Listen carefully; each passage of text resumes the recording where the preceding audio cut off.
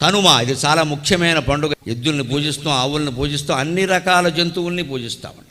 అందుకే ఆ రోజు ప్రయాణాలను నిషేధం చేశారు. మీరు గమనించండి, సెంటిమెంట్ పెట్టుకోకండి. కనుమనాడు ప్రయాణం చేస్తే ఏదో అయిపోతుంది, ఏం అవ్వదు, దాని గురించి కాదు అది. పూర్వం ప్రయాణాలన్నీ జంతువుల ద్వారానే జరిగేవి. ఒంటెద్దు బండి, రెండెడ్ల బండి, గుర్రపు బండి, వేరే సాధనం చెప్పండి. పూర్వకాలం 50 ఏళ్ల క్రితానికి వెళ్ళండి, ఏమున్నాయమ్మా? కార్లు ఉన్నాయా?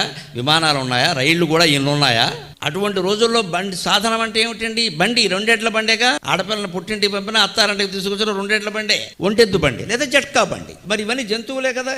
మీరు కనుమనాడు జంతువులకు పూజ చేసి ఆ రోజు వాటికి సెలవీయకుండా ప్రయాణంలో పెట్టి కంచీకరతో కొట్టి బాధపడితే అలాగా. అందుకని కనుమనాడు ప్రయాణం చేయొద్దన్నారు. ప్రతి ఆచారం వెనకాల శాస్త్రీయమైన కోణం ఉంది. హిందూ ఆచారాల్లో దయచేసి గమనించండి, పిచ్చి నమ్మకాలు పెంచుకోకండి. నా పోరాటం అంతా వాటి మీదే.